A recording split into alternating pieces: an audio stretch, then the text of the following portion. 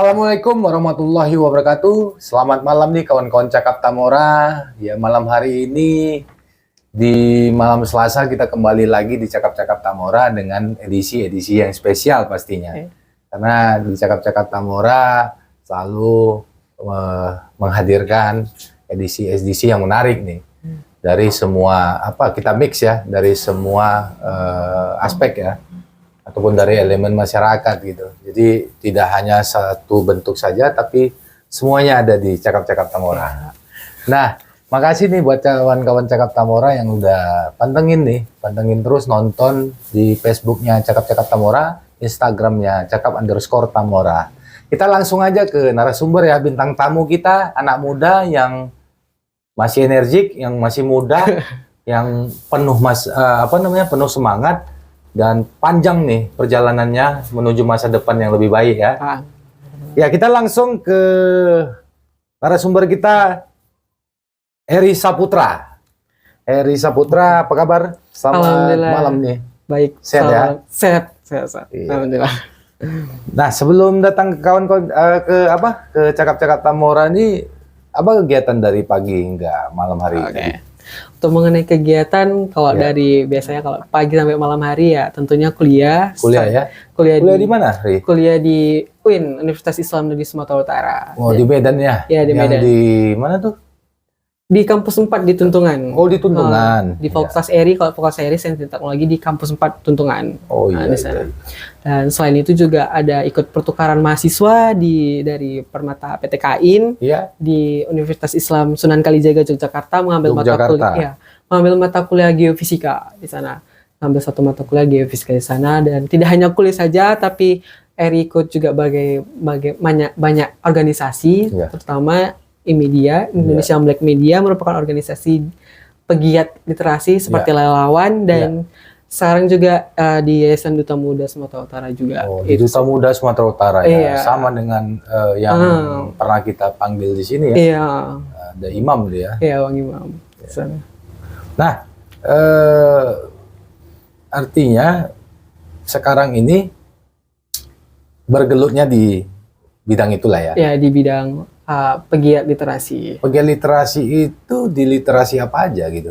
Kalau di Komunitas ERI, literasinya itu lebih ke digital. Bagaimana orang-orang atau masyarakat sekitarnya ataupun semuanya, aspek semuanya untuk bisa bijak dalam bermedia. Dalam arti untuk bisa meng-share atau membuat konten-konten ataupun apapun. Tapi dengan santun ya? Iya, dengan santun, dalam arti bisa mengandalkan namanya literasi. Literasi itu kan merupakan satu kemampuan seseorang untuk membaca dan menulis atau melengkapi semua aspek apapun. Nah, jadi di Komunitas ERI di literasi media itu di bagian dengan literasi ya sama aja bagaimana kita harus bisa bijak dalam bermedia, terutama zaman-zaman sekarang tentang hoax. Nah, itu kami di komunitas kami itu menekan hal tersebut. Jadi itulah namanya digital literasi, merupakan salah satu jenis dari literasi. Selain itu literasinya kemana? Pendidikan? Ke pendidikan ya juga kami biasanya terjun langsung sosialisasi kepada masyarakat, terutama ke anak-anak. Pada saat itu ada kisah pengalaman ERI literasi di sana di Desa Sukalui di Bangun Purba, di sana. Ya, di sana ERI mengajar sekaligus jadi MC juga di sana. Kepada anak-anak sana, namanya sekolah ngaji di sana. Dan di sana tuh anak-anaknya sangat interaktif juga gitu, seperti itu.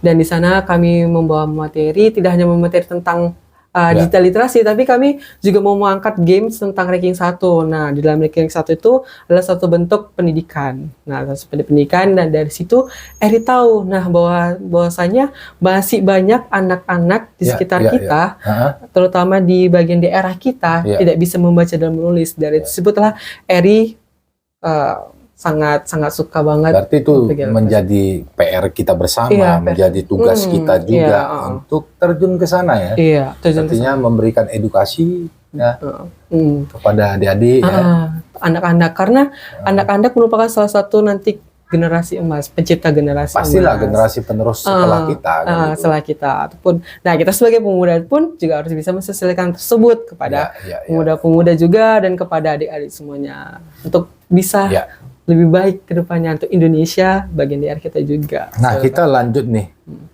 ke apa ya, perkenalan. Oke. Nama lengkap Eri, terus apa namanya, alamatnya di mana, gitu, lahir di mana, dan yang lain-lain lah. Bisa lah langsung di depan kamera cakap-cakap Tamora. Gitu. Oke, terima kasih untuk kesempatannya.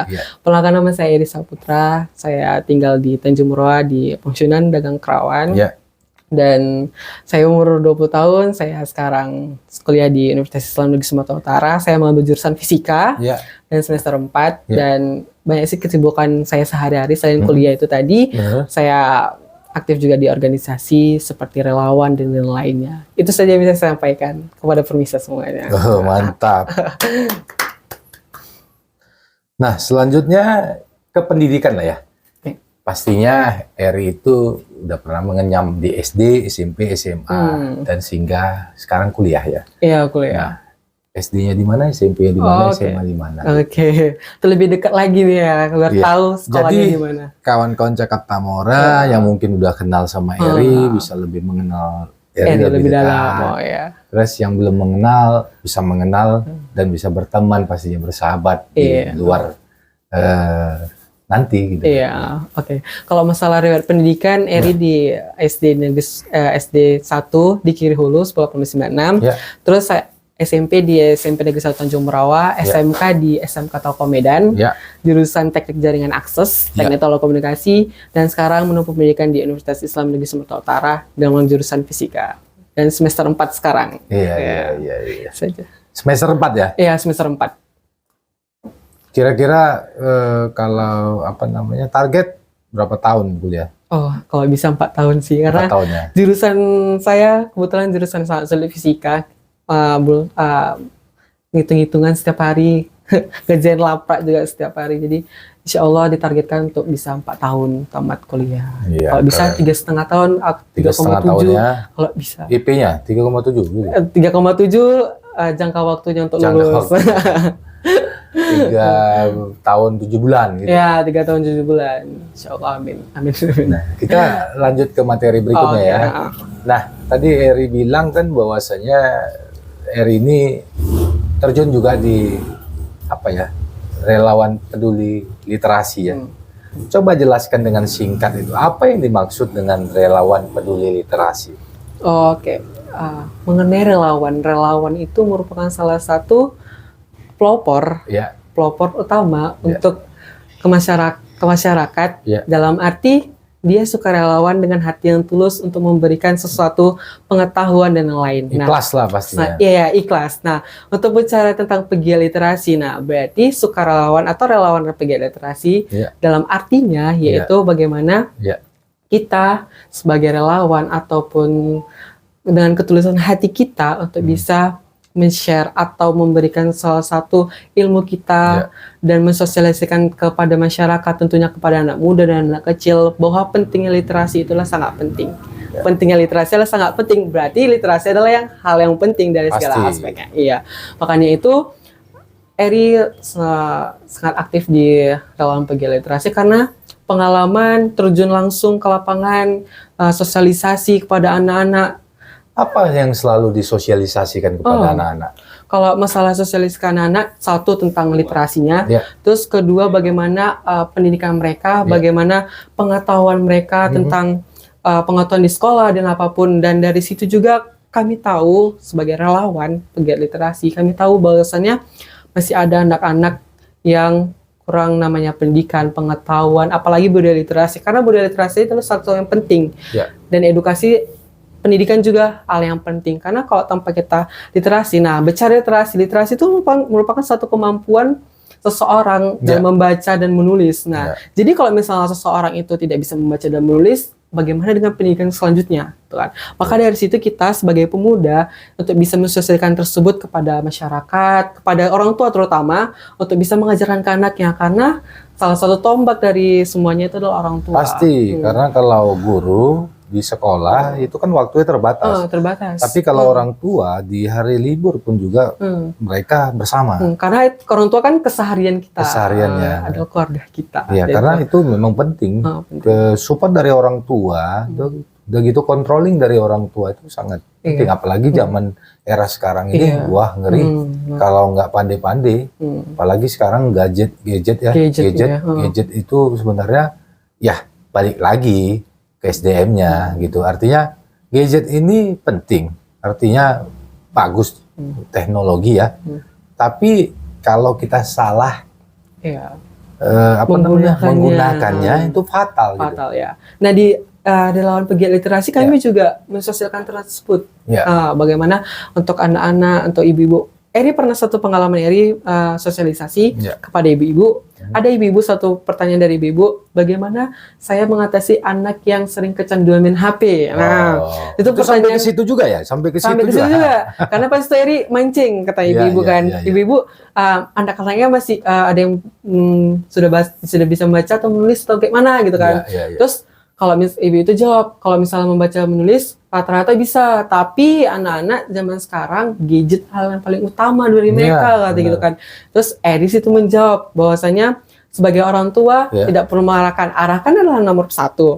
Tapi bagaimana orang tua itu jadi sebagai contoh juga pada anak-anak tersebut. Karena apapun kegiatan orang tua yang dilakukan pasti anak mencontoh dari orang tua. Nah, jadi Eri bilang ke mereka, kalau ibu-ibu emak-emak istilahnya ya di sana bahwasanya memantau. Itulah tadi yang Abang bilang, kita harus orang tua tuh harus bisa memantau anak-anaknya untuk dalam bermain gadget smartphone tersebut. Dan Eri juga bilang kepada emak tersebut tidak hanya kontrol saja, tapi bagaimana orang tua tersebut bisa mengimplementasikannya juga dalam berkeluarga tersebut. Nah, itulah salah satu bentuk kegiatan atau bentuk budaya literasi digital seperti itu.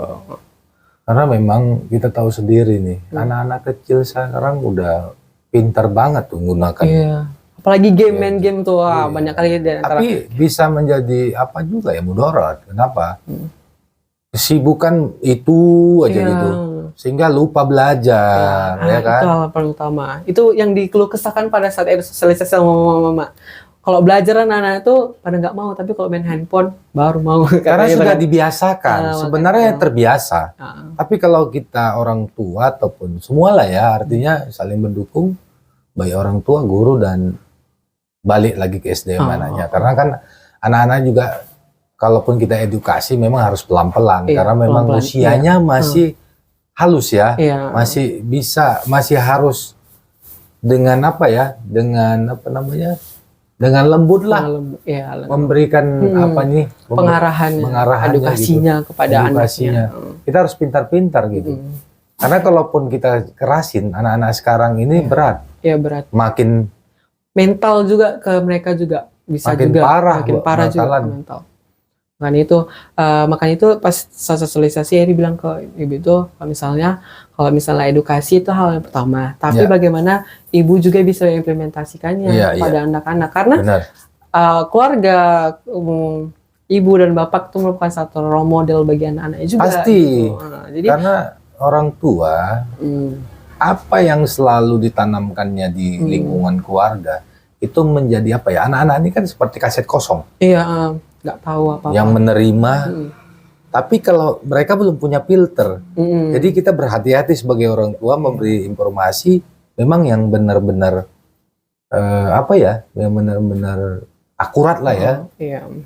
Sebetulnya tentang itulah pentingnya budaya literasi digital di kehidupan kita. Tidak hanya literasi aja, tapi literasi itu banyak komponennya, dari literasi media, digital, dan lain-lain seperti itu. Nah, selanjutnya kalau menurut Eri lah ya, Eri Saputra, mana lebih diduluankan, ilmu atau adab?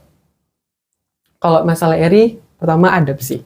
Karena apa? Kenapa? Kalau misalnya tentang adab dan ilmu, pasti orang yang beradab memiliki ilmu. Pasti berilmu. Berilmu. Nah, tapi kalau yang orang ilmu belum tentu beradab. Itulah salah tagline-nya. Banyak zaman sekarang orang yang cantik. Seperti contohnya orang cantik, tapi cantik aja, dengan tapi tidak berprestasi ataupun tidak berilmu, sama aja. Tapi aku punya pemikiran, tapi setuju apa enggak? Nah, kalau aku di keluarga, aku udah orang tua ya, aku punya anak nih, aku punya anak perempuan dan laki-laki. Aku selalu menanamkan ke anak itu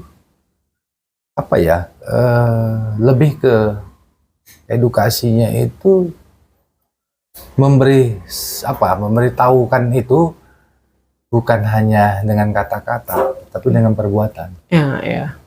Iya kan? Ya, itulah Eri bilang. Makanya orang tua itu harus menjadi contoh mereka. Harus menjadi contoh kan? Dengan lakukan perbuatan yang baik. Maka nanti anak tersebut akan mengikuti apa yang dari orang tua Nah, tersebut. sama dengan di dunia pendidikan. Kalau bagiku, tapi nggak tahu kita satu misi atau enggak. Gitu. Bagiku, pendidikan itu kan pasti penting gitu. Iya. Tapi bukan harus anak itu juara. Iya, betul. Karena kita ketahui potensi anak itu tidak hanya di semua aspek, tapi ada satu contohnya ada si A gitu kan, tapi jadi matematika tuh nggak bisa, tapi di bidang seni itu bisa. Nah, kita tidak bisa menganggap kalau misalnya ini bodoh dalam hal pendidikan, tapi mereka punya kompetensi yang lain. Makanya Eri pun dibilang dengan pendidikan ini sangat urgent banget sih dengan pendidikan, karena menurut Eri, pendidikan di Indonesia ini sangat kurang buat Eri ya. Karena apa? Karena itu, kita sebagai anak atau mahasiswa pun disuruh mati-matian untuk bisa di dalam hal tersebut, dalam semua aspek. Padahal kita punya potensi kita di aspek yang itu. Kenapa kita tidak bisa tunjukkan di aspek yang tersebut? Orang tua juga nggak boleh memaksakan kehendaknya ya. Karena diri kita sendiri, orang tua pun, karena kita diri sendiri, kalau orang tua bisa mengarahkan hal lain. Karena kan kebalik lagi kita sendiri, sukses kita diri sendiri, semua diri sendiri, passion dari kita sendiri, seperti itu sih. Karena kenapa aku bilang tadi bahwasanya nggak perlu harus juara. Kita nggak perlu juga menanamkan ke anak itu juara dan juara itu buat stres anak. Jadi memang yang paling penting itu dia bisa menjalaninya. Dia bisa menerimanya gitu. Nah, paling penting itu goalsnya apa? Di akhir nanti, di SMA nanti. Nah, ketika dia memang tidak bisa menerima pelajaran, maka kedepannya dia bagaimana dia mau ke perguruan tinggi. Nah, itu goalsnya sebenarnya. Jadi nggak perlu dia harus juara, berprestasi itu kan bukan hal yang menjadi luar biasa sekarang. Tapi kalau orang berprestasi belum tentu juga orang berprestasi itu belum tentu juga bakalan ke depan juga berprestasi terus gitu kan. Kan itu satu passion lah, tentukan satu passion kita, itulah passion kita, seperti itu. Seperti itu ya. Selanjutnya nih kita ke materi selanjutnya ya. Apa yang melandasi Eri Saputra itu menjadi seorang pegiat ya ataupun relawan peduli literasi? Kalau masalah tersebut awalnya itu karena di rumah itu nggak ada kesibukan pertama. Nah, dari tersebut Eri scroll TikTok, Instagram, Eri terinspirasi dari satu orang. Nah, dari satu orang itu Eri ingin seperti orang tersebut. Nah, jadi dari orang tersebut Eri mencarilah salah satu komunitas yang bisa bermanfaat untuk Eri dan orang lain. Nah, seperti itu. Jadi dari hal tersebut, dari impresi tersebut, dari TikTok dan Instagram tersebut, muncullah jiwa Eri untuk menjadi seorang relawan. Karena Eri berpikir gini, kalau relawan itu bukan hal melulu tentang bagaimana impact ke orang lain atau feedback ke orang lain, tapi bagaimana ketulusan hati kita untuk bisa menyebarkan kebaikan, bisa menyebarkan pengetahuan kita ke orang lain. Dengan hal tersebut, dengan ketulusan hati kita sebagai relawan, Eri yakin pasti orang pun juga menerima hal tersebut. Kita tidak perlu memikirkan hal negatif yang ke depannya, tapi kita harus berpikir yang positif. Tapi kenapa harus melakukan itu gitu? Kenapa kalau dibilang kenapa? Karena kenapa harus melakukan itu? Banyak nih anak muda juga belum tentu juga melakukan itu. Gitu. Kalau Eri kalau dalam Eri ya, kalau Eri itu ngerasa kenapa Eri melakukan itu karena Eri nengok kondisi zaman sekarang. Nah, terutama pemuda nih, banyak sekali pemuda zaman sekarang yang sudah ranahnya tak kemana-mana gitu kan. Dan hal tersebut Eri pun harus bisa meng-cross check terutama ya, atau mencari ranah yang baik. Nah, dari situlah Eri dari problem-problem yang ada di sekitar kita ataupun dimanapun. Jadi dari situlah landasan Eri, kenapa Eri bisa terjun di situ. Ya seperti itulah tentang bagaimana kenapa Eri mau di situ gitu kan, karena memang ketulusan hati pertamanya itu, kedua terus pertama dan kedua itu ya tentang bagaimana problematika yang terjadi di lingkungan kita. Dari problematika itu kalau nggak kita siapa lagi, kita harus gitu. tahu juga itu ya di lingkungan kita tuh kita harus tahu itu apa sih sebenarnya problemnya, sehingga anak-anak muda itu bisa masuk ke apa namanya ya, kalau kita bilang orang tua dulu lembah hitam atau hal-hal yang negatif gitu kan. Negatif. Jadi makanya tersebut kayak ya udahlah, dari ketulusan hati dan dari problematika itu ditekatkan Eri gitu kan. Kalau bukan kita siapa lagi jadi agent of change kepada semuanya. Dan Eri rasa dengan podcast ini dan cakap-cakap ini Eri bisa menginspirasi ke orang lain juga gitu kan, terutama kepada pemuda-muda untuk bisa bergerak di bidang kerelawanan. Relawan itu tidak hanya melulu tentang literasi atau apapun. Relawan itu banyak sekali bidang di komunitas yang lain yang bisa bermanfaat orang lain. Pilihlah komunitas yang bisa bermanfaat untuk kita dan orang lain. Percaya dengan hal tersebut, kebaikan pun juga akan melancarkan ke kita segala aspek hal apapun. Pasti. Karena kita harus welcome nih. Anak-anak muda ini nggak boleh juga apa namanya berdiam diri. Iya. Jadi kutu buku istilahnya. Ya penting baca buku itu penting. Tapi kita harus lihat lingkungan luar dan kita anak mudanya harus peduli kepada sesama. Kalau kita nggak peduli, wah gawat kita. Kita bertetangga kita nggak peduli, nanti tiba-tiba saatnya kita ada kemalangan, ada apa, orang nggak mau bantu kita. Itulah kenapanya Eri bisa pingin terjun di relawan tersebut. Ya seperti itulah, bakal ada feedback baik ke orang kita ketika kita melakukan dengan tulus. Nah ini aku mau tanya, pastinya kan namanya di dalam lingkungan keluarga, apakah keinginan Heri ataupun apa yang Heri lakukan di sekarang nih kegiatan literasi atau apa, ini berlandaskan dari apa namanya, ada nggak dari informasi dari orang tua atau melihat orang tua yang punya background seperti ini? Nah background orang tuanya Eri seperti apa gitu? Guru kah atau apa gitu? Kalau background orang tua Eri sebagai karyawan swasta. Karyawan swasta ya. Ayah Eri diamanahkan menjadi ketua SPSI di pabriknya, dan dari tersebut kayak Eri merasa kalau orang tua bisa, kenapa Eri nggak bisa gitu kan? Karena kenapa? Jiwa leadership itu harus kita bangun dari kita sendiri. Bahwasanya kita ketahui semua orang punya jiwa leadership, tapi jiwa leadership itu tidak semua orang bisa mengimplementasikan ke orang lain seperti itu. Nah, tapi walaupun di dalam dirinya ada leadership, tapi kalau nggak diasah, ya nggak akan. Nah, makanya itu tidak bisa mengimplementasikan leadershipnya ke orang lain, tidak diasah ataupun tidak ada bekal sama sekali. Leadership itu nggak ada di dalam diri kita, gitu kan? Seperti itu.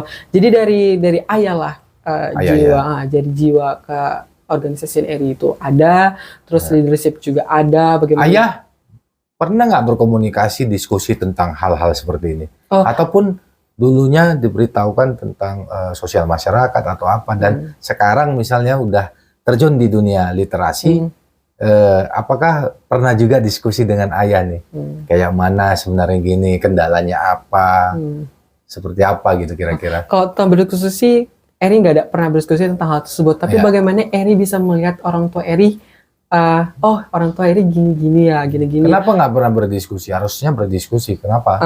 Berdiskusi tentang hal tersebut tidak ada, namun Eri dari tingkah laku ayah gitu kan, dalam perbuatan sehari-hari gitu kan. Kalau misalnya kita bicara tentang organisasi atau jiwa leadership itu, Eri tidak bisa tidak bercakap tentang hal tersebut, tapi bagaimana Eri menengok tingkah laku atau pelakuan tersebut. Sebaiknya itu yang Eri bilang pertama tadi, bagaimana orang tua bisa mengimplementasikan ke anaknya, sebaiknya pun juga anak bisa mengimplementasikan hal tersebut, seperti itu. Jadi tingkah laku ayah, kayak mana ayah Eri berorganisasi, terus kayak mana keluh kesahnya orang-orang pabrik. Artinya orang tua Eri memberikan pendidikan yang apa namanya ya, tidak memaksakan, tetapi lebih begitu kita lihat orang tua melakukan seperti itu, kita lebih berpikir sendiri, kayaknya ini bagus nih, kayaknya nih kegiatan-kegiatan seperti ini nih cocok nih buat anak muda, kayaknya perlulah pengetahuan baru nih, gitu kan? Iya, seperti itu. Kayak Eri lebih menengok ke inspirasi itu ke orang lain tuh dari tingkah lakunya mereka, perbuatannya mereka gimana. Terus Eri memfilter, ini tingkah laku yang baik. Nah, Eri harus seperti itu. Seperti itulah inspirasi Eri itu kan, bukan hanya tentang berbicara atau apa gitu kan, tapi bagaimana Eri menengok suatu tingkah laku yang baik, Eri bisa Eri rasa bisa mengimplementasikan ke orang Iya. lain juga, kenapa tidak istilahnya Benar, gitu. benar. Benar-benar.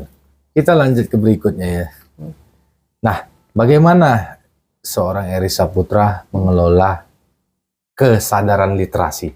Oh, kalau mengelola kesadaran literasi, Ya. terutama yaitu dari diri sendiri, itu Ya. yang paling utama, kesadaran literasi. Itu dasarnya tuh ya, Iya, dari dasar pertama. diri kita sendiri. Nah, karena apa? Karena ini diri kita, gitu. Bagaimana kita bisa memahami tentangnya literasi, Ya. itu yang pertama. Dan kedua, jika kita udah memahami diri kita sendiri dan kita tahu tentang literasi, kita bisa mensosialisasikan. Nah, dengan hal tersebut, kesadaran tentang literasi itu hal yang penting. Salah satunya bisa menjadi perubahan kepada anak-anak terutamanya untuk dalam hal literasi.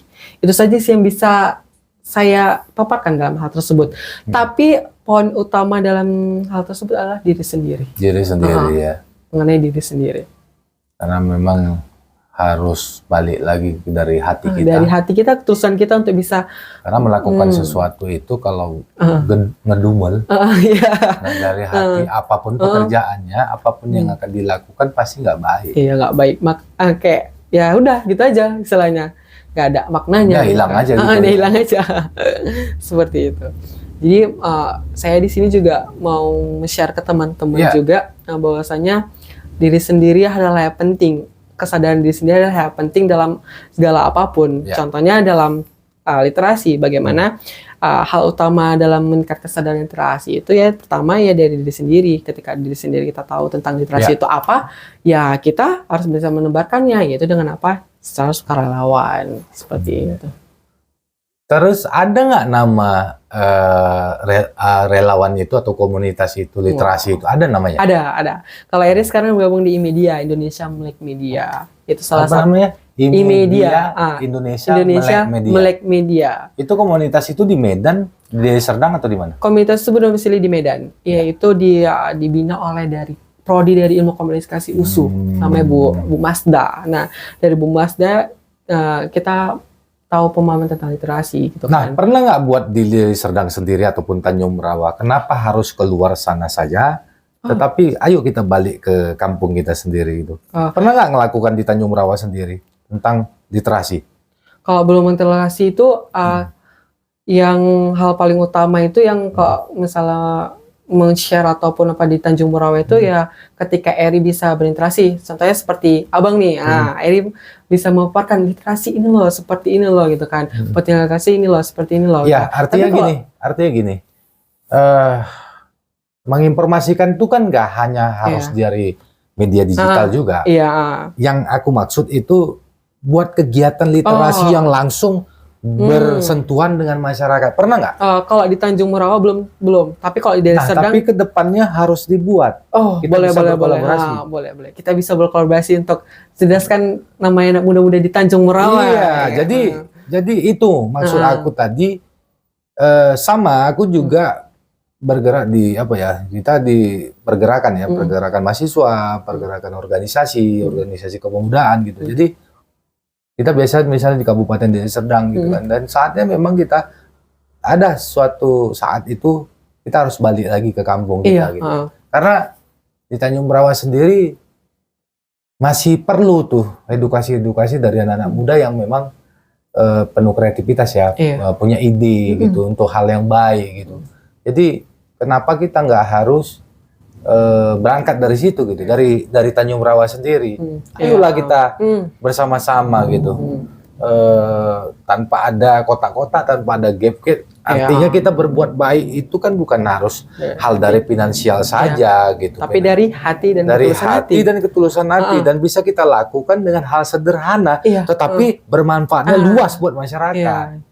Setuju lah ya? Setuju. Kalau saya sebut setuju sih. Karena apapun, setiap kegiatan yang kita lakukan, walaupun kecil, dan hal kecil itu merupakan untuk orang lain, itu adalah satu hal keberhasilan dalam diri kita. Nah, dan tapi salah satu pelajaran diri kita, yaitu bagaimana kita bisa memberikannya dengan ketulusan hati kita. Gitu kan. Nah, dari situ, bisa nih menjadi agent of change para pemuda-pemudi yang ada di Tanjung Merawa dengan apanya yang dia abang kasih tahu tadi tentang kolaborasi tersebut, bisa itu kita karena gerakan. Yakinlah ketika kita melakukan dengan ketulusan, rezeki itu akan datang mengalir sendiri. Karena kita sudah tulus. Jadi jangan selalu kita lah di anak muda ini jangan selalu melakukan sesuatu, melakukan kegiatan ataupun apapun namanya itu selalu berlandaskan dari semua finansial. Iya. Tapi dengan ketulusan hati. Ketulusan hati gitu. Bahkan dengan ketulusan hati ketika kita tidak punya biaya yang besar untuk buat kegiatan, itu bakalan ada orang-orang yang peduli sama kita. Karena kita melakukannya dengan niat yang tulus. Eri percaya dengan hal tersebut karena selama Eri sosialisasi, finansial itu adalah pokok utama dalam pikiran kita. Tapi ketika kita melakukan dengan ketulusan hati, alhamdulillah ada itu. Ada satu kisah pas Eri dalam ke Sasude, pas itu kan butuh finansial. Sanggarana Sungai Deli. Oh, Sanggarana Sungai Deli ya. Sasude ya. Ya, ketika Eri editor di sana, Eri membutuhkan finansial yang cukup banyak. Tapi alhamdulillahnya Eri tidak memikirkan hal tersebut. Tapi itu adalah satu pokok utama, ngerti nggak? Tapi itu memang uang itu finansial pokok utama, tapi tidak hal melulu tentang hal tersebut. Bukan yang utama. Kalau aku bilang uang itu adalah penting. Ya penting. Tapi bukan gitu. yang utama. Ya seperti itulah. Uang itu adalah yang penting, tapi tidak memikirkan hal tersebut. Dan karena apa? Karena tujuan awal Eri untuk memikirkan hal tersebut, karena bisa untuk anak muda, anak-anak semuanya dengan ketulusan Eri dan teman-teman Eri, dan alhamdulillahnya orang baik banyak menyumbang dari segi baju, buku, pulpen dan yang lain seperti itu. Kayak Eri, masya Allah, inilah salah satunya feedback dari orang baik ketika kita berbuat dengan ketulusan hati kita. Karena ya walaupun memang kadang kendalanya sesuatu yang baik kita lakukan belum tentu baik menurut orang lain. Tapi jangan pikirkan itu. Ketika kita melakukan hal yang baik, ya lakukan aja. Karena yang menilai itu bukan manusia saja. Penilaian tertinggi itu bukan pada manusia, tetapi pada Allah SWT, ya kan? Jadi kita ngapain bingung gitu. Kadang-kadang anak muda terbelenggu dengan melakukan sesuatu hal itu takut, nanti kayak mana ya? Nanti kok dilihat orang kayak gini kayak mana ya? Nanti pikir orang kita sok-sokan atau apa gitu. Nah itu pasti ada tuh terbersit. Tapi bukan itu gitu. Mau apa dikatakan orang, mau dicemooh orang, kita lebih baik kenapa? Kita melakukannya daripada cuman komentar, tapi tidak melakukan hal itu gitu. Kan seperti itu. Iya, seperti itu. Setuju dengan statement tersebut kalau tentang hal tersebut. Karena memang kalau misalnya tersebut memang itu ya diri kita sendiri juga pertama, karena tersebut dengan diri kita sendiri juga dalam hal tersebut. Yang penting bagaimana kita berbuat, kita harus dari hati, tidak melakukan apapun. Bagaimana orang mencemooh kita ataupun apapun, terserah. Karena ini diri kita gitu kan, diri kita bukan diri orang lain gitu kan. Ya begini, karena apa yang kita lakukan itu hal yang positif. Tapi memang tantangannya selalu begitu. Iya, banyak sih. Teman-teman Eri pun juga merasa kayak gitu kan. Sama dengan seperti ini dia. Kalau orang sudah sentimen, sampai selamanya pun dia tetap sentimen dan nggak suka. Gitu. Kalau orang sudah berpikiran negatif, hal yang positif pun akan menjadi negatif. Tapi kalau kita melakukannya semua dengan positif, yang negatif pun jadi positif. Kan begitu? Iya, begitu. Pokoknya keren lah malam hari ini. Ada Eri Saputra. Keren. Nah selanjutnya nih, tadi kita cerita literasi, pasti ada berhubungan dengan organisasi. Nah, organisasi apa aja nih yang udah digeluti saat ini? Dari kemarin hingga saat ini lah kira-kira. Kalau organisasi, kalau dari SMK dulu tuh Eri suka ikut kepanitiaan. Nah, kepanitiaan apa tuh? Kepanitiaan di bagian acara. Eri menjadi anggota. Pernah OSIS nggak? OSIS? Kalau OSIS belum pernah. Karena dulu SMK tuh full day banget kan, jadi kayak pikirlah nggak bisa memanage waktu gitu kan. Nah, untuk teman-teman kalau misalnya mau memilih organisasi atau ingin bertindak sesuatu, pikirkan dulu ke depannya gimana, gitu kan. Kalau misalnya kita nggak bisa, jangan kita pisahkan. Nah, itulah salah satunya. Itu Eri berpikir kayak gitu. Kalau nggak bisa, yaudah nggak bisa, jangan dipisahkan. Kadang banyak orang memilih organisasi hanya sekedar ikut gitu kan, tanpa memikirkan aku bisa atau nggak di sini gitu kan. Tapi aku agak berbeda nih. Karena aku di dunia organisasi juga, aku berbeda pikirannya. Bukan berarti yang si Eri bilang tadi apa tadi? Bahwasanya jangan dipaksakan. Jangan dipaksakan untuk. Jadi nggak ada yang nggak bisa. Iya. Dalam organisasi itu nggak ada yang nggak bisa gitu, nggak ada yang nggak bisa kita buat gitu. Ya. Tinggal kita memanage waktu. Jadi nggak ada alasan kita kerja kita ini. Karena aku juga sudah lakukan. Gitu. Apa aja yang dilakukan itu kalau memang tadi balik lagi niat yang tulus, niat kepedulian terhadap sesama, maka itu akan keluar dari hati kita melakukan itu dengan tulus gitu. Jadi jangan bilang bahwasanya aku nih meluruskan. Iya, nggak apa-apa. Meluruskan. Karena kita harus saling berpendapat. Iya. Jadi aku meluruskan bahwasanya organisasi itu adalah wadah, tempat sebenarnya, tempat kita untuk belajar di situ, menjadi seorang pemimpin di masa depan. Kalau orang-orang yang sukses, orang-orang yang jadi pejabat, orang-orang bisa jadi bupati, wakil bupati, ataupun kepala dinas dan lain-lain halnya, itu berprosesnya pasti dari organisasi. Karena apa? Di dalam keluarga sendiri kita berorganisasi loh. Iya, organisasi. Kepala rumah tangga orang tua, ayah, itu ketua organisasi. Ya kan? Nanti balik lagi ke bendaharanya. Ibu yang menerima uang dan sekretaris juga. Sekretaris juga dan memutar uang itu untuk makan anak dan keluarganya kan gitu kan. Nah, jadi aku kurang setuju kalau dibilang bahwasanya kalau kita kalau kita nggak bisa, ya jangan dibisa-bisakan. Sebenarnya nggak ada yang nggak bisa. Balik ke hati, bisa. Sementara orang di organisasi itu banyak, ada yang bekerja. Ini dia udah punya kerja, dia punya kegiatan literasi, dia punya kegiatan ini, punya kegiatan, bisa. Eri mau meluruskan juga nih. Jadi kenapa Eri bisa mengeluarkan statement tersebut? Karena banyak teman-teman Eri merasa hal tersebut. Kayak mana dia FOMO. FOMO tuh kayak mana ikutin teman, organisasi. Sehingga organisasi itu tidak aku belajar. Setuju. Kalau itu aku setuju. Artinya tapi itu kan tadi lebih ke kita ikut. Itu kan ikut-ikutan. Nah, itulah makanya ini yang harus diluruskan. Artinya gini, ayo kita mengikuti organisasi, tapi jangan sekedar dengan ikut-ikutan, dengan tren, supaya dilihat orang pakai baju organisasi keren. Nah, itu aku setuju. Nah, itu makanya Eri bilang ke masyarakat, kalau misalkan anak muda, kalau misalnya dia nggak bisa, jangan dipaksakan. Itulah statement Eri tersebut. Kalau misalnya organisasi itu memang kalau misalnya tidak bisa, pasti bisa. Itu dalam aspek tersebut. Tapi kalau misalnya berarti ke SDM-nya. SDM-nya. Kalau memang mau melakukan ikut di dalam organisasi, ya udah ikut aja, tapi dengan yang tulus, dengan yang benar-benar. Jangan setengah-setengah gitu kan. Tuh, banyak tuh teman-teman Eri seperti itu. Jadi kayak Eri selalu bilang, kalau misalnya ikut organisasi itu harus cross check. Ini kamu, ranah kamu enggak gitu kan. Kamu bisa enggak di sini gitu kan. Jangan sekedar ikut-ikutan malah menjadi merusak organisasi tersebut gitu kan. Jadi kamu tuh mempermainkan organisasi tersebut gitu loh. Jadi Eri bilang kayak ya kamu tuh harus bisa tersebut gitu. Misal harus bisa manajemen waktu tadi pertama, terus kedua harus project tersebut. Ini bermanfaat enggak organisasi untuk kita gitu kan.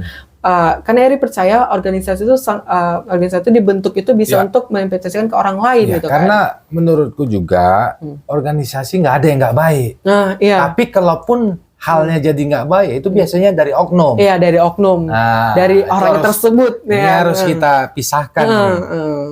Karena ini juga pikir organisasi itu nggak ada yang baik. Nggak ada yang nggak baik. Selalu baik. Selalu baik. Karena organisasi itu bergerak mengajarkan hal-hal yang negatif. Iya, nggak pernah.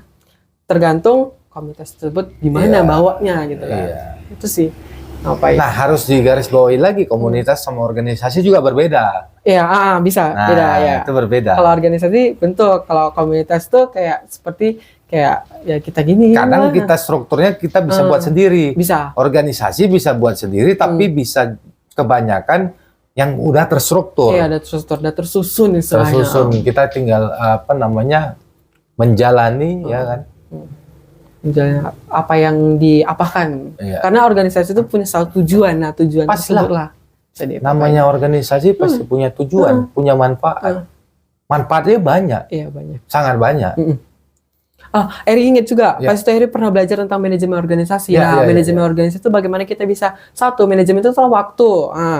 Jadi di pelajaran tersebut, bagaimana kita ikut organisasi kayak Eri bilang tadi tuh, organisasi kita harus perlu waktu, manajemen waktu kita, apapun bagaimana ini bisa nggak gitu kan, kalau misalnya nggak bisa ya udah gitu kan, nggak usah ikut-ikutan gitu, seperti itu. Itulah pentingnya belajar kita tentang namanya manajemen organisasi dan organisasi juga. Keren, Ri. Nah, orang-orang kayak Eri ini yang memang harus kita membaur sama-sama untuk memberikan edukasi nih pada masyarakat demi kebaikan diri sendiri dan orang lain juga. Pasti. Selanjutnya nih, apa motivasi Eri terjun di dunia organisasi? Kalau motivasi Eri pertama itu, gimana ya? Orang tua pertama. Pertama orang tua, yang seperti Eri tadi bilang kan. Terus kedua, motivasi Eri ketika Eri lihat orang lain. Inspirasi Eri tadi Eri bilang dari TikTok dan Instagram. Eri pengen seperti dia gitu. Eri ingin terinspirasi lah ya. Eri ingin jadi seorang relawan, jadi seorang sukarelawan seperti itu. Dari situ tersebut kayak pengen lah ikut ke organisasi. Tapi ingat, organisasi itu kalau Eri mau ikut organisasi itu Eri cross check dulu. Nah, karena kayak mana organisasi ini sesuai nggak dengan minat Eri? Nah, itu tersebut Eri perlu Eri di sini juga mengedukasi kepada teman-teman bisa harus cross check juga organisasi gimana pun. Memang organisasi itu nggak ada yang nggak baik, kan? Tapi harus sesuai dengan passion kita sendiri seperti itu. Nah, dari situlah Eri menemukan suatu komunitas yaitu Media dan Yayasan Duta Muda. Nah, dari situ Eri rasa ketika organisasi itu tidak hanya Eri aja yang ada kebaikan di Eri aja, tapi ke orang lain juga ada gitu kan. Dengan apa? Dengan sukarelawan, dengan sosialisasi tersebut. Makanya dari situ dan dari cakap-cakap ini, cakap Tamora ini, kayak Eri bisa nih jadi inspirasi juga ke orang lain untuk bisa berorganisasi. Karena organisasi tidak hanya tentang keburukan atau apa, tapi organisasi dengan kebaikan. Bagaimana kita bisa baik untuk orang lain, orang juga baik untuk kita. Itu sih motivasi dari hal tersebut. Sebetulnya motivasi kayak hal dari yang sepele-sepele gitu kan. Ya, sepele itu kadang-kadang yang kita lihat sepele, tapi bahkan orang nggak mikirkan dengan hal sepele itu bisa sebenarnya lebih besar manfaatnya. Iya, betul. Karena satu hal sepele atau satu kegabutan dari kita itu bisa bermanfaat untuk kita atau orang lain pun juga bisa. Pasti. Nah, selanjutnya mengapa anak muda harus peduli literasi? Kenapa anak muda harus peduli literasi? Kembali kita bilang nih, bagaimana pengalaman Eri sebagai relawan literasi, masih banyak yang anak muda, anak-anak kecil tuh tidak paham tentang membaca menulis. Tidak hanya tersebut, menggambar aja anak-anak aja tidak bisa, kan? Masih ada ya? Masih ada. Ketika Eri ke Susu deh, semalam kan kami kan ada salah satu itu materi. Itu di kota Medan masih ada? Iya, masih ada. Di kota Medan, itu di kecamatan Medan Maimun, di daerah Medan Maimun. Di situ pemateri itu membuat materi tentang gambarkan cita-cita. Dari situ kan sebelum itu Eri nanya, kamu kelas berapa? Nama SD. Bang, ketika pemateri tersebut menyuruh anak-anak untuk gambarkan cita-cita mereka dan menulis cita-cita mereka, orang mereka tuh bilang, bang nggak bisa gitu kan. Ayo kita coba belajar, sini abang ajarin. Seperti itu. Dari hal tersebut kayak ya itulah pentingnya salah satu literasi ke anak muda, dari anak muda. Itulah makanya tersebut di sini juga di cakap-cakap Tamora ini juga Eri mensuarakan kepada anak-anak muda bahwa literasi itu hal yang penting, kan? Dengan literasi kita, pengetahuan kita dan segala aspek pun bakalan terbuka, gitu kan? Seperti itu sih. Karena aku pernah juga di salah satu komunitas lah ya, pendidikan. Nah, aku observasi nih. Kita nggak usah bilang di mana ya, tapi ada di suatu tempat di Kabupaten Deli Serdang. Kita hadir di situ, memberikan ilmu pengetahuan, tapi secara profesional. Di situ dengan profesi kawan-kawan masing-masing menceritakan, mengenalkan bahwasanya ini seperti ini, pilotnya seperti ini seperti ini, tapi dia sendiri gitu, hakim itu seperti ini gitu.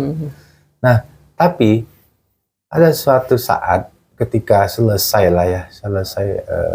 melakukan literasi lah ya, kita ketemu sama anak SD gitu, anak SD tadi masih ada nggak pakai sepatu ya, masih ada. Itu tahun 2000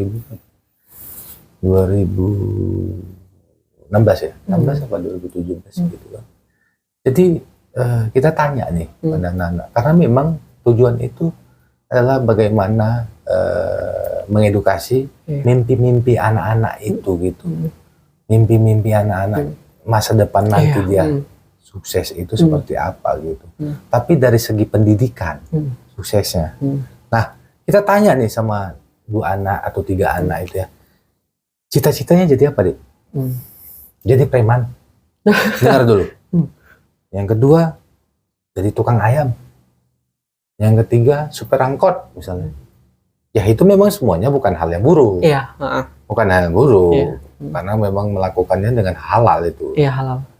Tapi kita kan mau mengeraih mimpi anak-anak ini supaya lebih baik lagi nanti ke depannya gitu. Cita-cita. Nah, kenapa? Kalau aku berpikirnya karena satu faktor lingkungan. Ataupun faktor lingkungan daerah ataupun lingkungan keluarga. Kenapa? Dia melihat orang tuanya pedagang ayam, uangnya banyak. Iya. Nah, sehingga cita-citanya jadi tukang ayam. Dia melihat supir angkot setiap hari bawa uang tuh banyak, uang berapa ribu, 2.000-an, 5.000-an gitu kan. Sehingga dia berpikir karena apa tadi? Tidak masuk literasi tadi orang-orang yang mengedukasi. Dia tidak melihat lingkungan luar dan wawasannya nggak luas. Kenapa? Karena mungkin di dalam daerah itu aja, sementara mungkin teknologi juga pada saat itu tidak masuk ke dalam. Iya. Kan gitu kan. Nah, itu maksudku gitu. Artinya itu faktornya sebenarnya. Anak-anak ini makanya harus perlu diberikan edukasi. Iya, edukasi. Jadi jangan berpikir sukses itu hanya dari segi finansial. Iya. Ya kan? Tapi kayak bagaimana kita sekarang selalu memberikan apa tuh namanya? Pengetahuan edukasi itu dengan ya memang hal-hal yang dari dunia pendidikan. Nah, kalau bicara tersebut, pengalaman tersebut, ada juga pengalaman Eri juga tentang bagaimana Eri di Sukalue pas tuh, Kecamatan Bangun Purba, jadi relawan juga. Di situ sekolah Islam itu dibangun oleh dari masyarakat semua. Tidak ada campur tangan dengan pemerintah. Dan kedua, anak-anak di sana tuh punya keterbatasan. Bagaimana pengetahuan mereka juga berkurang. Teman-teman tahu, ada satu pertanyaan dari kami, saya Bang Terry, dari Game Ranking 1, ketika kami tanya, capital city from Indonesia, ibu kota dari Indonesia, mereka nggak tahu. Bang, apa bang? Dari situ saya pikir, masih ada yang nggak tahu. Masih ada anak-anak yang tidak tahu tersebut, ya kan? Padahal tersebut adalah pertanyaannya gampang gitu kan. Bahkan paus bernapas dengan apa, mereka pun juga tidak tahu gitu kan. Apalagi tentang bahasa Inggris, mereka tidak tahu. Nah, itu satu. Kedua, bagaimana fasilitas pendukung di sana masih kurang juga. Dan gitu, akses internet pun juga di sana cuma bisa pakai Telkomsel.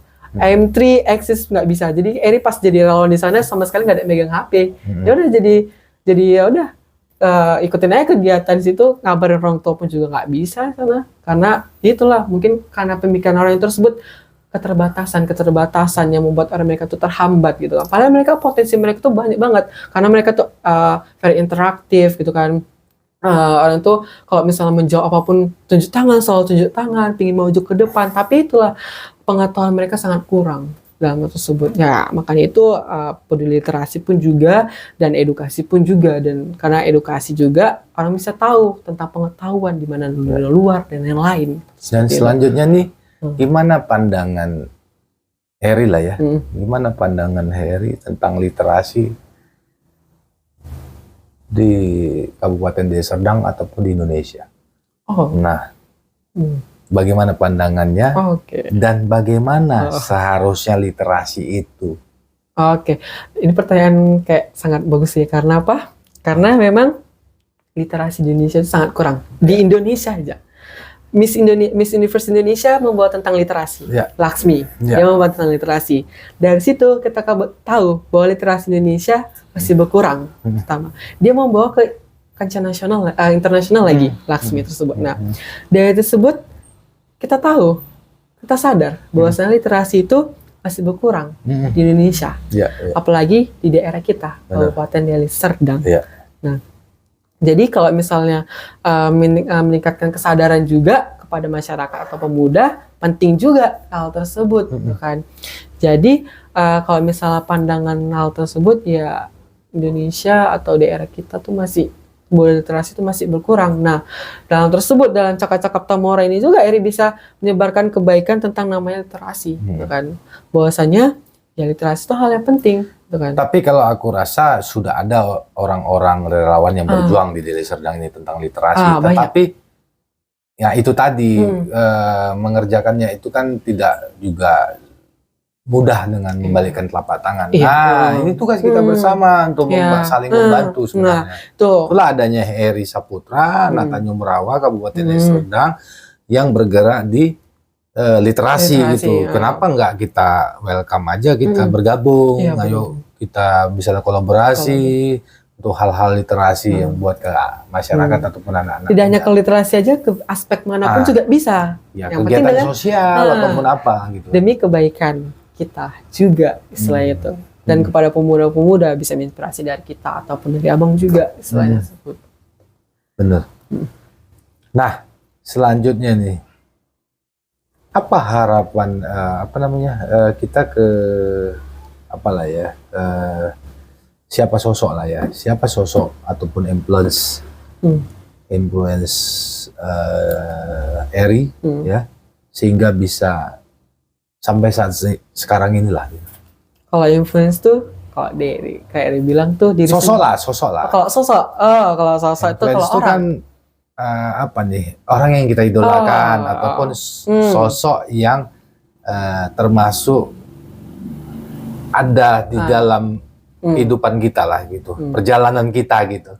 Siapa sosok itu? Sosoknya itu Prilly Latuconsina dan Mayudi Ayunda. Eri, itu pertanyaan yang pernah di interview Eri ketika Eri ikut Duta Muda. Oh iya? Iya, pernah itu. Berarti sama pikiran Duta Muda di Masyarakat Tamora ya? Iya, Eri pasti. Kami nggak ada niru tuh ya, nggak ada niru. Eri pasti ditanya tersebut. Kalau misalnya sosok, itu Eri Prilly Latuconsina dan Mayudi Ayunda. Kenapa?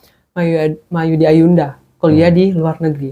Dia awalnya ada seorang anak gap year. Gap year itu anak yang putus. Maksudnya dari dulu dia tuh nggak lolos dalam universitas tersebut. Tapi dalam tersebut dia belajar dan belajar. Mau berusaha. Nah, dari sikap tersebut, Eri suka sama Mayudi Ayunda. Kalau Prilly Latuconsina, seseorang wanita yang tangguh, yang pintar, jago public speaking. Itulah satu influencer. Dia artis tapi penting juga pendidikan bagi pendidikan dia. adalah penting bagi dia, dan public speakingnya bagus banget. Itu kayak Eri dari dia public speakingnya kayak dari public speaking dia Eri terinspirasi tersebut.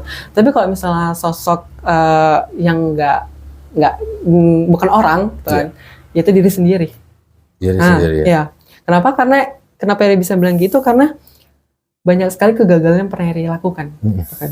Dari duta wisata, duta genre, nggak lolos beasiswa, gini-gini tersebut. Dari kegagalan tersebut, memotivasi dari Eri sendiri untuk Eri bisa bangkit, nggak boleh menyerah, kan? Nah, dengan cara mengatasi tersebut, Eri improve diri Eri.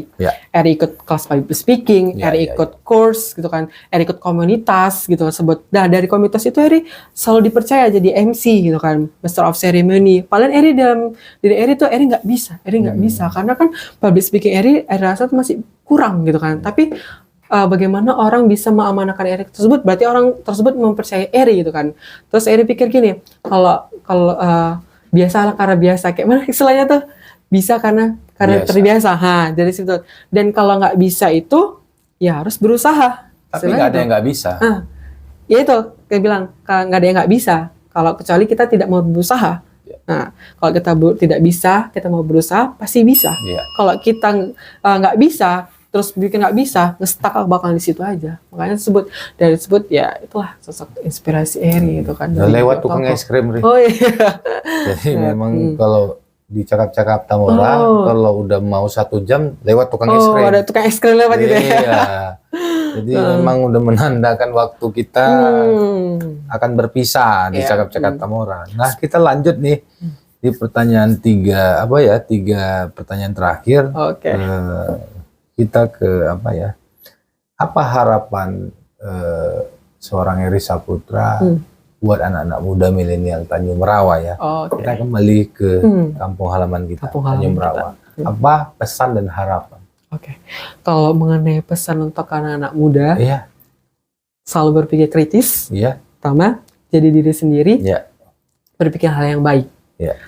Dari 3 kata tersebut, kalian bisa implementasikan dari diri kalian sendiri. Iya. Karena apa? Karena jadi pemuda itu bukan hal tentang yang buruk, Iya. gitu kan? Kita harus jadi pemuda harus mencari hal kebaikan, Iya. terutama kepada orang lain. Iya.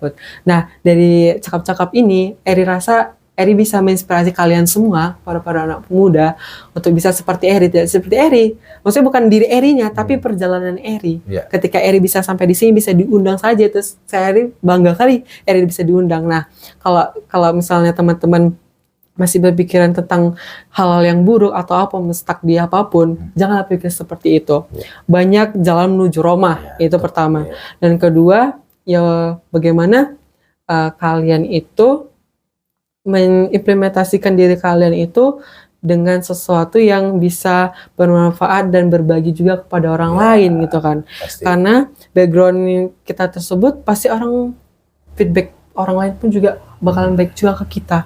Itu pesan ke Eri. Harapannya? Kalau harapannya semoga anak-anak muda yang ada di Tanjung Morawa ini ya bisa kolaborasi atau ikut sesuatu yang bermanfaat untuk diri kalian sendiri juga gitu kan. Dan harapannya juga lakukan semua kebaikan demi kebaikan. Jangan lakukan keburukan demi keburukan gitu. Keren. Seperti itu. Keren. Dan harapan yang terakhir, janganlah kalian memilih pergaulan yang bisa menjerumuskan kalian dalam hal yang kenegatifan. Yang paling penting say no to drugs. Itu say no to drugs. Nah, makanya itu yang bisa Eri sampaikan, harapan Eri sampaikan itu milih pergaulan yang baik, contohnya ke komunitas yang baik, seperti itu. Tidak hal mulu komunitas yang jahat-jahat gitu kan, jangan seperti itu. Tapi bagaimana kalian bisa membawa diri pertama untuk bisa mencari pergaulan yang baik, karena yakin kebaikan itu bukan dari kalian sendiri aja, tapi ke orang lain juga. Seperti kan. Keren. Seperti itu sih harapan Eri kepada anak-anak muda, karena Eri rasa anak muda di Tanjung Morawa ini mahal mulu tentang fashion, gaya-gayaan gitu kan, tanpa memikirkan salah satu problematika yang ada di Indonesia. Nah, dari problematika itu kita bisa jadi agent of change. Nah, dari agent of change kita bisa menginspirasi ke orang lain. Hal yang terpenting kepada muda, bagaimana kita bisa menginspirasikan orang lain. Itu sih yang harapan Eri. Nah, selanjutnya apa harapan Eri Saputra? Kalau tadi buat anak-anak muda milenial Tanjung Morawa, sekarang buat Kecamatan Tanjung Morawa. Apa harapannya hari ini ke depannya? Harapannya tentang apa nih? Tentang apa aja, baik itu dari literasinya, baik itu dari sosialnya, baik itu dari infrastrukturnya, baik itu ekonominya, universal lah. Universal dari tentang Kecamatan Tanjung Morawa. Ya, buat Kecamatan Tanjung Morawa, karena ini kota kelahiran Eri juga kan. Harapannya untuk Kecamatan Tanjung Morawa, satu, untuk bisa mewadahkan anak-anak muda. Wadah. Karena wadah untuk berekspresi itu. Kreativitas. Nah, karena dengan wadah, anak-anak bisa mengimplementasikan hal tersebut kerana manapun, ke pendidikan, ke pariwisata, menurut ke lingkungan. Eri, kurang nggak wadah di sini? Kurang menurut Eri. Kurang. Kenapa Eri bisa bilang gitu? Karena Eri sampai ke Medan harus mencari wadah. Contohnya kayak Eri mau ikut di Deli Serdang aja tuh, Eri Deli Serdang. Eri pingin ikut PIK-R. Tapi di Deli Serdang tuh nggak ada PIK-R. Sampai Eri pingin ikut ke Medan. Nah, dari kisah tersebut lah, bahwasanya kalau misalnya tuh wadah tuh masih kurang di sini. Apalagi Tanjung Morawa. Eri lihat memang wadah di Tanjung Morawa ini sangat kurang. Apalagi untuk organisasi yang tentang sosialisasi atau sukarelawan. Terus apa yang harus dibenahi dengan kekurangan wadah itu? Perlu apa? Perlu seperti apa? Perlu sosok siapa agar wadah itu bisa akhirnya bisa dinikmati? Perlu siapa? Perlu pemerintah dari Kecamatan Tanjung Morawa. Wow, gitu. Karena Eri mungkin dari sini juga lah, dari cakap-cakap Tamora ini bisa menjadikan suara kepada anak milenial di Tanjung Morawa sini untuk bisa bikin satu pergerakan kepada pemerintah Kecamatan Tanjung Morawa untuk bisa membuat salah satu kegiatan yang bermanfaat untuk kita anak-anak muda. Berkolaborasi lah dengan pihak sama pemerintah kecamatan itu. Karena kayak mana ya? Karena dari suatu orang pemimpin untuk bisa ke orang lain seperti itu kan. Jadi seperti itu sih harapan Eri dari Kecamatan Tanjung Morawa. Keren. Nah, ini pertanyaan terakhir nih di cakap-cakap Tamora nih sebelum kita tutup untuk cakap-cakap kita malam hari ini. Aku mau jelaskan dulu nih, bahwasanya Cakap-Cakap Tamora hadir di Tanjung Berawa memang sengaja kita lahirkan dari hati kita seperti yang dibilang tadi, dari ketulusan kita, keikhlasan kita, memberikan informasi, memberikan edukasi, pengetahuan kepada anak-anak muda milenial Tanjung Berawa khususnya. Selanjutnya baik itu masyarakat Tanjung Berawa dan skop Kabupaten Deli Serdang gitu. Jadi kita mau mengupkan nih bentuk-bentuk kreativitas anak-anak Tanjung Berawa ya, yang punya apalah ya kreativitas apa aja gitu. Terus misalkan kenapa kita mix dengan ada pengusaha, ada literasi, ada duta wisata, ada duta muda. Kenapa? Kita mau mengupkan itu agar Tanjung Berawa ini dikenal punya ikon gitu. Nah, anak Tanjung Berawa itu ternyata bukan anak-anak yang selalu berdiam diri di rumah ngerem, tapi punya kreativitas, punya kesibukan, punya kegiatan-kegiatan yang positif di Tanjung Berawa. Nah, sehingga apa? Kita semua masyarakat Tanjung Berawa dan stakeholder pemangku jabatan, ayolah kita bahu-membahu kan. Untuk berbuat kebaikan yang bermanfaat buat seluruh masyarakat, bukan hanya kita pribadi, tapi seluruh masyarakat gitu. Nah, itulah yang membuat dasar kami, landasan kami untuk membuat melahirkan Cakap-Cakap Tamora. Tapi setujulah ada Cakap-Cakap Tamora ya. Setujulah, karena dengan Eri aja diundang ini, Eri rasa nih orang lain bisa mengikuti Eri, inspirasi Eri, cita-cita Eri dari sini gitu kan. Dan Eri tuh bisa mensuarakan isi hati Eri kepada orang lain juga dengan adanya Cakap-Cakap Tamora ini. Terus apa harapan Eri ini? Harapan, pesan boleh, masukan boleh, kritikan boleh, apapun boleh tentang Cakap-Cakap Tamora. Tentang Cakap. Harapannya apa, pesannya apa gitu misalnya. Kritikan boleh, masukan juga boleh. Kalau kesan, Eri kalau misalnya untuk Tamora, Cakap-Cakap Tamora ini, pesannya ciptakan sebuah anak muda dengan wadah ini. Sudah, step by step kita lakukan. Step by step. Karena kami juga perlu dukungan dari semua pihak. Nah, itu satu. Dari itu pesannya. Dan pesan kedua yang Heri harapkan dari Cakap-Cakap Tamora ini. Tidak hanya sebagai sarana narasumber saja yang bisa menginspirasi, tapi bagaimana konten-konten yang bisa dari Cakap-Cakap Tamora ini bisa menginspirasi. Karena Cakap-Cakap Tamora tidak hanya Eri aja, tapi banyak orang lain. Dari ini pesan yang disampaikan di sini tetap terus menjadi wadah anak-anak muda, terusnya Tanjung Berawa ini. Karena tanpa adanya ini anak-anak Tamora pun juga nggak bisa mengekspresikan diri mereka. Gitu kan. Nah, kalau misalnya itu dari Cakap-Cakap Tamora, tapi Eri ingin mengkasih satu tagline kepada khususnya anak-anak muda Tanjung Berawa, bahwasanya kesuksesan itu tidak hal melulu tentang bagaimana kita bisa dibanggakan orang tua, tentang bagaimana pekerjaan yang bagus dan lain-lain, tapi bagaimana kesuksesan itu kita bisa berbagi, mengasihi, mensosialisasikan suatu manfaat ke orang lain. Percayalah, kebaikan itu pasti akan datang ke kita.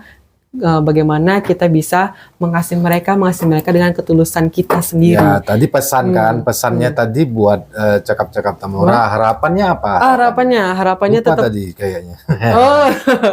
Harapannya semoga tetap terus berkembang dalam arti dalam hal apapun. Dari infrastruktur atau apapun itu bisa dikembangkan gitu kan. Tapi yang salah satu yang diharapkan yaitu tetap menciptakan satu wadah untuk anak-anak muda di Tanjung Berawa. Yang paling penting adalah konsisten. Konsisten. Nah, itu yang paling konsisten. Saya harapkan juga Cakap-Cakap Tamora ini juga bisa menginfluence ke semua orang, tidak hanya di Tanjung Berawa saja, tapi ke Medan, ke luar provinsi. Karena juga kita sudah lakukan bukan hanya Tanjung Berawa, tapi kita mix juga ada dari luar Tanjung Berawa pernah kita panggil. Makanya bahkan itu. Medan juga pernah. Dan saya harapkan Cakap-Cakap Tamora ini bisa terkenal juga. Kan? Amin. Itulah saya harapkan dari Cakap-Cakap Tamora ini. Artinya kalau bagi kami, kami nggak mau muluk-muluk, nggak pun terkenal nggak apa-apa. Tapi yang penting wadah ini bermanfaat Iya, buat masyarakat. Udah itu aja. Iya. Itu sih. Kalaupun itu terkenal adalah bonus. Bonus Poligami itulah. hadiah. Ya. Ya, makasih nih Eri Saputra atas kehadirannya di Iya. Cakap-Cakap Tamora, memenuhi undangan kami Iya. di Cakap-Cakap Tamora. Semoga sukses, Amin. sehat selalu ya, Amin. selalu memberikan literasi Amin. kepada seluruh masyarakat ya. Ya, amin. Baik itu Indonesia ke depannya Iya. ya. Jadi nggak hanya daerah Ya, saja. nggak ada Tanjung Merauke tapi Iya. ke Indonesia juga. Ya, Iya, ya, iya. amin. Terima kasih. Oke, selalu. Nah, ini terima kasih nih buat kawan-kawan Cakap Tamora yang selalu setia pantengin kami di Facebook Cakap-Cakap Tamora, di Instagram Cakap_Tamora. Karena tanpa kalian kami nggak ada apa-apanya di Cakap-Cakap Tamora. Jadi kami ucapkan ribuan terima kasih selalu setia bersama kami. Mungkin itu yang bisa kami sampaikan. Mudah-mudahan apa yang kami cakap-cakapkan malam hari ini dapat memberikan informasi, dapat mengedukasi dan bermanfaat buat anak-anak muda milenial Tanjung Berawa dan baik itu masyarakat Tanjung Berawa. Iya. Mungkin itu yang bisa kami sampaikan malam hari ini. Saya Dharma Putra Utasud. Dan saya Erisa Putra. Kami undur diri. Wabillahi taufik walhidayah. Wassalamualaikum warahmatullahi wabarakatuh. Terima kasih.